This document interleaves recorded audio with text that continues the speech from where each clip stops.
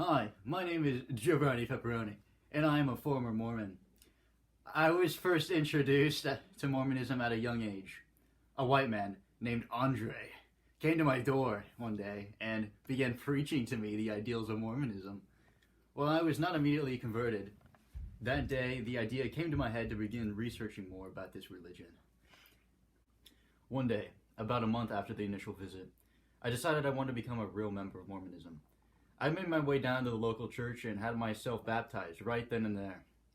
Immediately after the fact, I felt like a weight had been lifted off, like I was a new person, and I knew I had to convert my entire family along with me.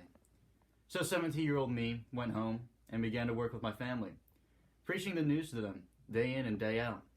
My little sister, who was 14 at the time, was the first to convert, and after my parents soon followed. We became a large part of the congregation, and did all that we could to teach our friends and family that we had to come and learn. All was good for about the first year. After the first year, I began to try to further my faith and learn more about the roots of Mormonism. I started by searching online and found a few starting things.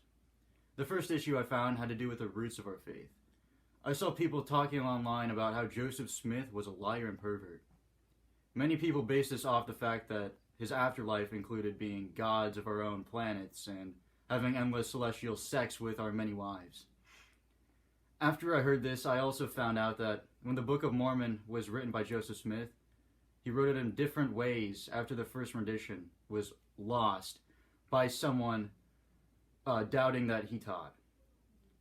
Since I was not a fan of what I was hearing online, I turned to the Bible, where I would surely find more positive things about my faith. Starting from the beginning, I found out about Adam and Eve, and how we were all to be punished for their sins, which did not make sense to me because Mormonism teaches we all pay for our own sins. I wrote that off as a little inconsistency. As I kept reading, I started to find evidence of the Father, Son, and the Holy Spirit being one substance, yet still different. In Mormonism, there is only one speech of them all, being entirely different from each other. Something I found to be the majority concerning. After finding more issues in the Bible, I moved to the Book of Mormon, which mostly reaffirmed my beliefs. While all this was concerning, I then finally learned about blood atonement from a friend at church. I read about stories of people who had committed unforgivable sins and had mysteriously died. Many alleged that this was due to the church carrying out blood atonement. But as with everything else, I wrote it off as sinful humans trying to discount my faith and led me away from the path I was supposed to be, and I led on with my research and my faith, this time avoiding all negative sources. Around this time, our father began beating us, something I found was common in the church much later. I also found out that my sister began dating a boy who helped her cope with our father's abusive nature. This boyfriend of hers and a new group of friends led her away from the faith and into a new life of drugs and crime.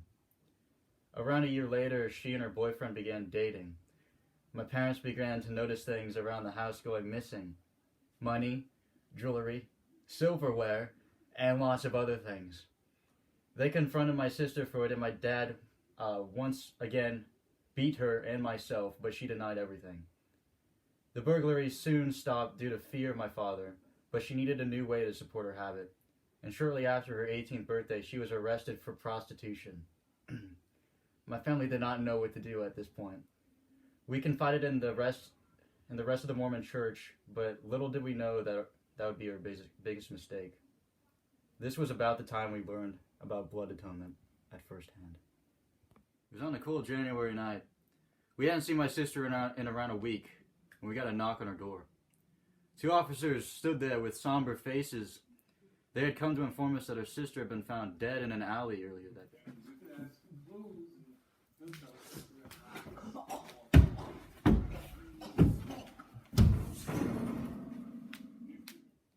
During our morning, we received an anonymous letter that explained what had happened from a concerned member of the church who wanted us to get out while we still could. That is when we realized everything we had heard was true, and we were truly part of a cult. Now, I started looking into Christianity, and I found out that they didn't have blood atonements. That's why I joined. The end. baptize you in the name of the Father, and of the Son, and of the Holy Spirit. Amen.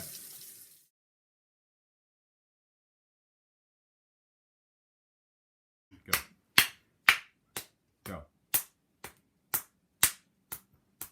Okay. Put that in. Keep that in. That is my sister. Okay,